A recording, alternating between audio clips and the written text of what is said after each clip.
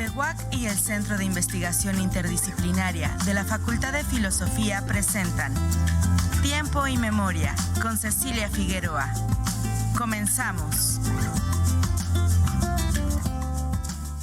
Buenas tardes, bienvenidos a una emisión más de este programa.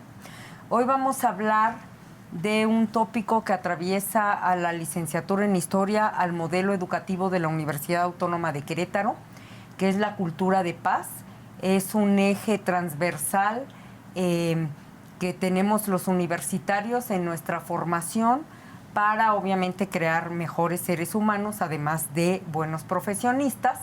Y precisamente en una materia que se llama Cultura de Paz, de la licenciatura en Historia, el maestro, que es el doctor Samuel Laguna Cerda, está organizando una exposición con sus alumnos que se llama Construyendo la Cultura de Paz en Querétaro, pero tiene un nombre muy significativo que se llama El Camino de las Islas. Entonces, bueno, ya sin más preámbulo, presento a los invitados de hoy y entramos al tema. Hola, doctor Samuel Laguna, gracias por estar aquí de nuevo. Hola, ¿qué tal, Ceci? Un gusto, un placer acompañarte y qué mejor que para hablar de este tema tan relevante para nuestra universidad y para la sociedad en general en este tiempo, y acompañado también de uno de nuestros estudiantes. Sí, Ariel Miranda, historiador en formación, que también es parte, obviamente, de esta exposición. Y bueno, en primer término, doctor Samuel, ¿por qué el Camino de las Islas Construyendo Paz en Querétaro?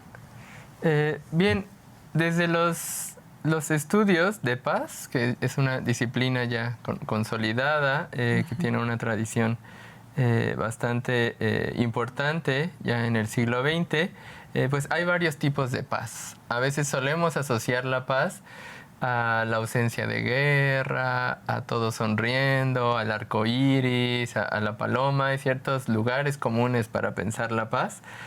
Sin embargo, la paz es mucho más complicada. La historia de la humanidad, la historia reciente, nos muestra que la paz es compleja, la paz no es permanente, la paz es provisional, la paz es limitada, y justo desde varias experiencias, especialmente en América Latina, se ha propuesto un concepto muy importante, que es el de la paz imperfecta. Y este concepto lo que nos permite alumbrar, resaltar, son esas experiencias con alcances aparentemente limitados, pero que precisamente funcionan como semillas de la transformación social. Entonces, el concepto de isla se ha popularizado mucho porque tiene que ver con estas organizaciones civiles que son conscientes de que sus proyectos no van a alcanzar para una cantidad amplísima de población, y bien si la isla nos remite a un espacio aislado, a un espacio solitario, también nos remite pues a un espacio que existe, ¿no? Entonces uno puede decir, es que no hay paz, vivimos en un país sin paz. Pero realmente sí hay varios ejercicios de construcción de paz en nuestra ciudad. O sea, es que funcionan como islas que, si bien están situadas en una colonia, están situadas atendiendo a un grupo de población muy específico, parecen estar aisladas del resto de la sociedad. Sin embargo, construyen ejercicios donde la paz se materializa por un tiempo concreto, ¿no? Con acciones específicas, y es justo lo que queremos visibilizar con esta exposición. Ariel, ¿con qué organizaciones trabajaron que están construyendo paz? Al momento trabajamos con 4 organizaciones. Una organización es de débiles visuales, una de que pues hemos también trabajado, otros compañeros han trabajado, han sido con un colectivo que se llama Comida No Bombas, y otra asociación es una asociación de juegos de mesa. Por último, un colectivo que en la actualidad y en nuestra licenciatura es muy importante es Clio Violeta, que pues es un colectivo de mujeres en su mayoría, que pues tienen la premisa de tener el acercamiento con las historiadoras e historiadores en cuestiones de situaciones de violencia. Entonces, pues ha sido como este acercamiento, al principio la elección de cómo podemos buscar un colectivo, una asociación que pues nos permita ver estas prácticas de paz. Hay que recordar que pues la paz en la práctica también tiene 3 ejes principales y uno de esos es el histórico. Entonces, entendemos que pues la paz obviamente se mueve en tanto la conceptualización y es por eso que estos colectivos que fuimos dándole seguimiento, como lo es Clio Violeta, ha surgido con varios cambios. Empezó con un proyecto pequeño con algunas compañeras historiadoras de Puebla y Zacatecas y Guadalajara, pero que a lo largo fue teniendo un proceso complejo con la Asamblea General de Historiadores, bueno, de alumnos que estudian historia, y que a lo largo de todo este proyecto han tenido pues algunas dificultades en cuestiones a la práctica, no solo de la atención a los alumnos en cuestiones de violencia, sino que también a la impartición de cursos, conferencias, para practicar pues obviamente una cultura de paz. Entiendo que en esta exposición vamos a ver fotografías de esas islas, organizaciones de la sociedad civil construyendo paz in situ, es decir, en situaciones reales, por ejemplo, la organización esta de Comida No Bombas, estaremos viendo cómo van a las fruterías y cómo les regalan frutas, verduras y cómo hacen la comida y cómo la reparten a personas que no tienen que comer. ¿De eso va más o menos la exposición? Sí, la exposición tiene el propósito, pues, en primer lugar, de contar un poco la historia de estas 4 organizaciones. A través de fichas de sala, pues conoceremos cuándo se fundaron, quién es su fundador, desde qué momento están trabajando aquí en la ciudad, y cuáles son también los principales retos que han tenido y sobre todo los sueños que tienen. Algo muy importante también en la cuestión de la paz es todo lo asociado con la esperanza y con el futuro, ¿no? Estas organizaciones también miran hacia adelante y nos invitan a imaginar otros escenarios posibles en temas muy concretos, ¿no? Comida No Bombas, por ejemplo, en temas de ¿a quién más podemos alimentar?, ¿no? Entonces, de Comida No Bombas estaremos viendo un recuento histórico a través de fotografías, así con las 4 organizaciones, pero también pues habrá espacios dentro de la exposición que nos inviten a participar, ¿no? O sea, para quienes les gustan los juegos de mesa, y también va a haber espacio para jugar juegos de mesa, porque creemos, los estudiantes que han acompañado a este colectivo han encontrado también que estos espacios que uno podría decir, pues, es una pérdida de tiempo ir a jugar juegos de mesa, pero no, porque crean comunidad, porque atienden a personas que a lo mejor no pueden generar otro tipo de relaciones en otros espacios, pero que aquí sí encuentran una familia, encuentran vínculos importantes y pueden desarrollar otras áreas de su vida, ¿no? Entonces la paz atraviesa tanto lo individual, lo emocional, hasta llegar a lo político, lo cultural, lo social, ¿no? Entonces, sí, veremos fotografías, tendremos algunos videos y información que nos servirá para conocer mejor estas organizaciones. Doctor, ¿qué complicado debe ser para ustedes los especialistas responsables, encargados de construir esta cultura de paz en una sociedad tan violenta, ¿no? Que te decía fuera de cámara que incluso en expresiones tan coloquiales como aquí sigo, al pie del cañón, ¿no? Todo es como muy bélico. Incluso te decía que desafortunadamente en el siglo XXI las relaciones, o en la posmodernidad, las relaciones humanas ya están basadas en mucha violencia. La estrategia de la recompensa variable, eso es crueldad pura. Estos análisis que hace Bauman, ¿no? De los consejos que le dan a la gente los especialistas en relaciones amorosas, pues son de una crueldad inusitada, ¿no? Déjalo en visto, no peles, eso es violencia.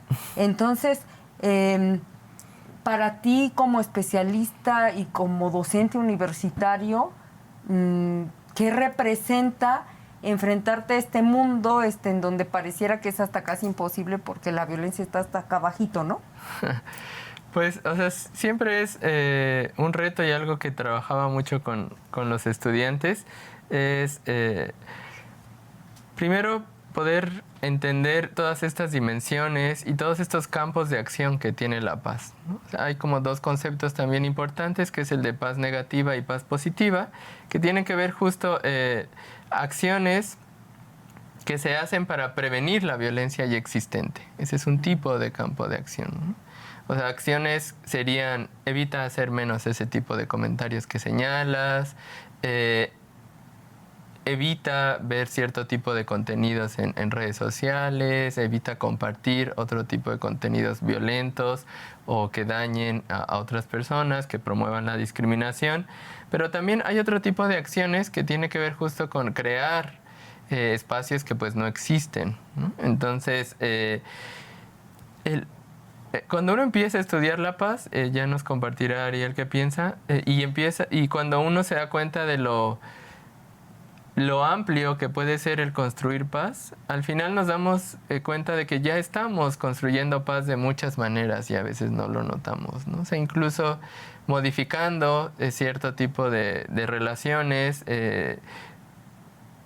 cambiando algunos comportamientos como patrones de conducta, formas de hablar. Allí ya estamos convirtiéndonos en constructores y constructoras de paz. Entonces, también los cambios que se pueden hacer a nivel cultural, en las familias, en las escuelas. Y creo que el hecho de que la universidad ya haya incorporado al modelo educativo universitario la cultura de paz como algo transversal, pues nos habla también de este interés que tiene la universidad en ser portavoz de esas otras formas de relacionarnos y de vivir incluso nosotros como individuos y como seres humanos en esta sociedad, ¿no? Uh-huh. Ariel, tú eres muy joven y las personas de otras generaciones suelen decir, es que los jóvenes ya no tienen valores, pero más bien tus valores son distintos a los míos, a los del doctor. ¿Por qué? Porque somos de diferentes generaciones. Tus valores ya tienen que ver con las necesidades de este presente. Género y no discriminación, inclusión, cultura de paz, cuidado del medio ambiente. En ese sentido, ¿cómo te ha impactado como joven historiador en formación el que el doctor te haya acercado a estos conocimientos de construir cultura de paz? Pues en un principio yo creo que es importante aclarar que pues el perfil de un historiador es mucho convivir con el pasado, convivir con personas que pues ya no están, y sobre todo con épocas en las que tal vez desde la perspectiva de la actualidad, como usted bien lo dijo, tenemos otro tipo de valores y a lo mejor pues parecen inapropiadas o muy violentas, que cabe decir que a lo largo de toda la historia, pues la historia es violenta.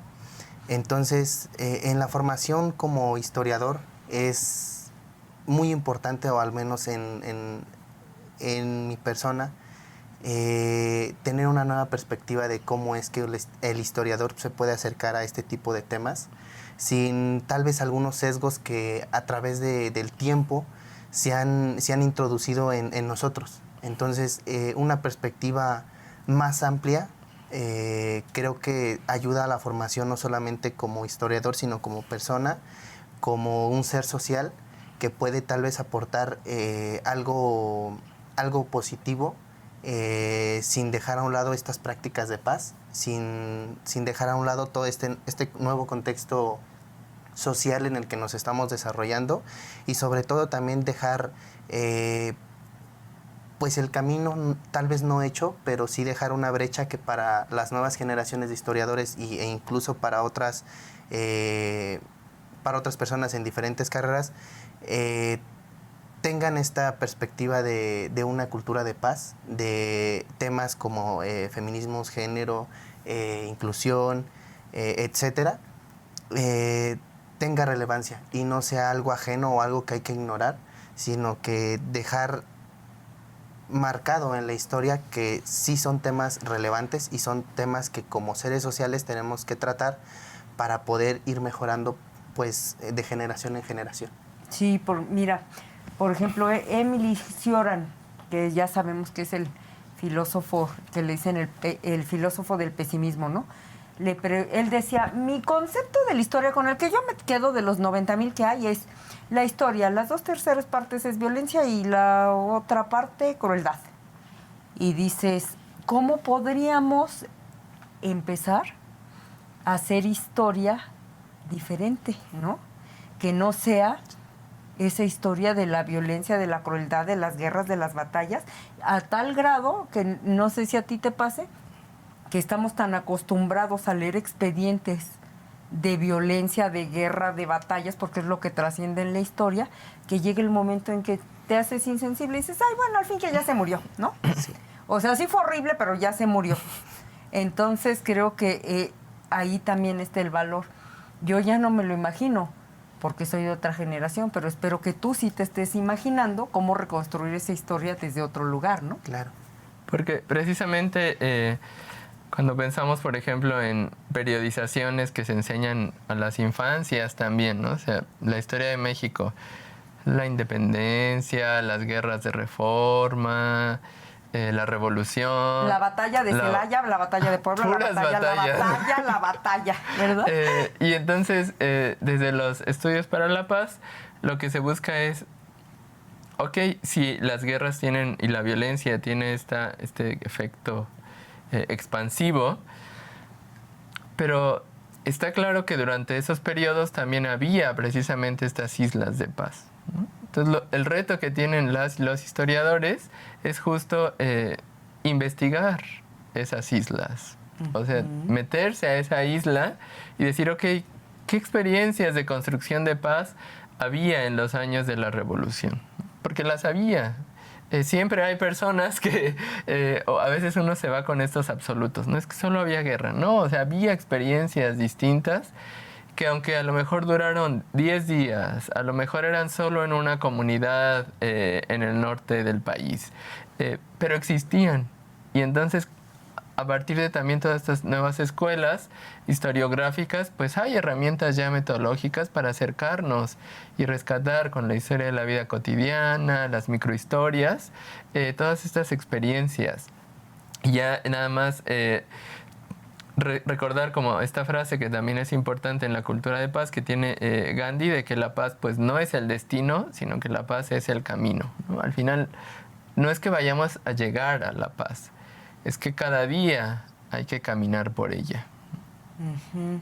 Me hiciste recordar ahorita que hablas de la revolución, incluso personajes, ¿no? O sea, rescatar personajes, por ejemplo, esta enfermera Miranda, hablando de la revolución, que ella está muy cómoda en Estados Unidos, viviendo muy a gusto como enfermera, y entonces se entera que en la Revolución Mexicana la Cruz Roja ya tomó partido cuando se supone que es neutral, ¿no? Y no recoge a los heridos, ¿saben? O sea, no recoge a los heridos que están contra el gobierno de Porfirio Díaz, y entonces ella viaja, se presenta con Madero, se une a las filas maderistas, pero no echando balas, sino curando gente. Y así se crea la Cruz Blanca. Entonces, estas historias son no solo esperanzadoras, como tú dices, sino constructivas. Imagínate que eso se los enseñaran a los niños de primaria, ¿no? En lugar de la batalla de Celaya, donde Obregón perdió la mano, que les enseñaran esta historia de esta enfermera que cambió la historia de eso, ¿no? De cómo ayudar a la gente que más lo necesita, la que está tirada en un campo de batalla, ¿verdad? Y justo de eso se trata, ¿no? De ir como cambiándonos el chip, la mentalidad, y empezar a advertir eso en el pasado para advertirlo también en nuestro presente y potenciarlo para el futuro. El doctor Ariel les hizo pensar, reflexionar respecto de un ejercicio. A ver, en la historia todo es violencia, todo es crueldad, todo es... ¿Qué momento identifican ustedes desde las escuelas de pensamiento, que les llamamos así, en donde sí se centran en la paz? Pues hicimos un ejercicio precisamente sobre eso. en cómo a través de la historia podemos identificar esos puntos coyunturales de paz. Y a lo que llegamos nosotros era que había ciertas corrientes ideológicas que fomentaban este tipo de prácticas. Una de ellas era la Escuela de los Anales.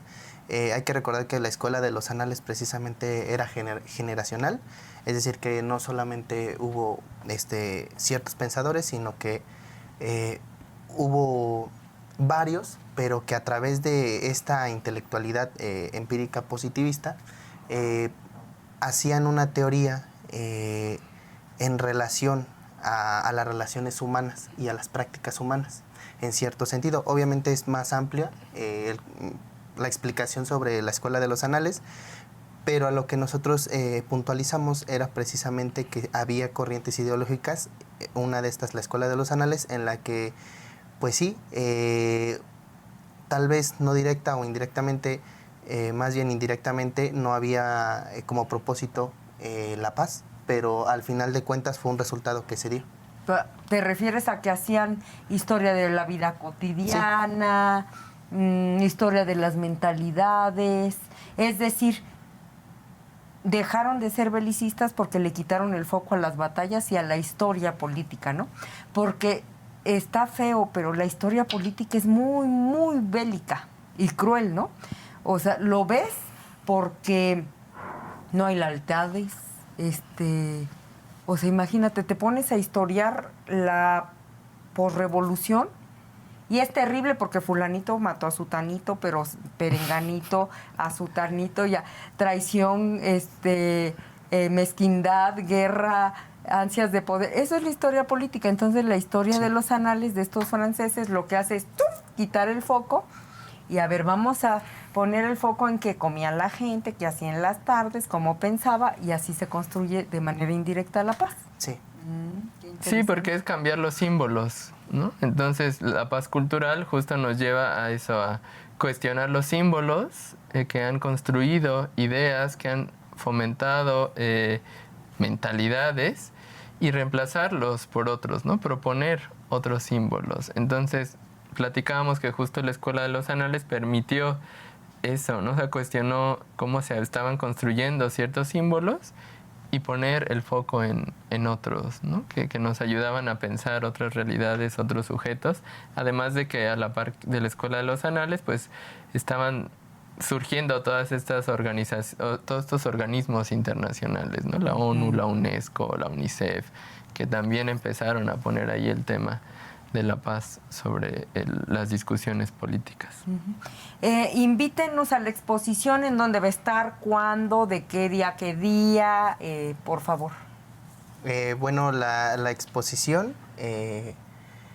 inicia el 28 de mayo de 2024, es la inauguración a las 10 de la mañana en el auditorio del Centro de Investigaciones Interdisciplinarias de la Facultad de Filosofía. Nos van a acompañar representantes de todas las organizaciones y la exposición va a estar esa semana, a partir del martes 28 de mayo al viernes 31 de mayo, en las galerías del Centro de Investigaciones Interdisciplinarias, conocido como CI, de la Facultad de Filosofía. Allí podrán conocer la historia de estas 4 organizaciones. Pues muchas gracias, y hay que recordarles a los televidentes que tenemos estacionamiento público gratuito por Altamirano, a ver, ayúdenme, entre 16 de septiembre y 15 de mayo, que es la calle que lleva al Mercado de la Cruz. Altamirano, entre 16 de septiembre y 15 de mayo, Portón Azul, ahí está el estacionamiento, pueden entrar, y el auditorio del CI está en un edificiote grande blanco que tenemos ahí, donde está la biblioteca, ¿verdad? Uh-huh. Pues muchas gracias, doctor Samuel Laguna Cerda, por estar aquí. Gracias, Ceci, a todas las personas que nos ven y nos escuchan, un saludo. Y gracias, Ariel Miranda, por estar en Tiempo y Memoria. Por el espacio. Gracias. Y a nuestros televidentes nos vemos en la próxima emisión. Buenas tardes. TV UAC y el Centro de Investigación Interdisciplinaria de la Facultad de Filosofía presentaron Tiempo y Memoria con Cecilia Figueroa. Gracias por acompañarnos.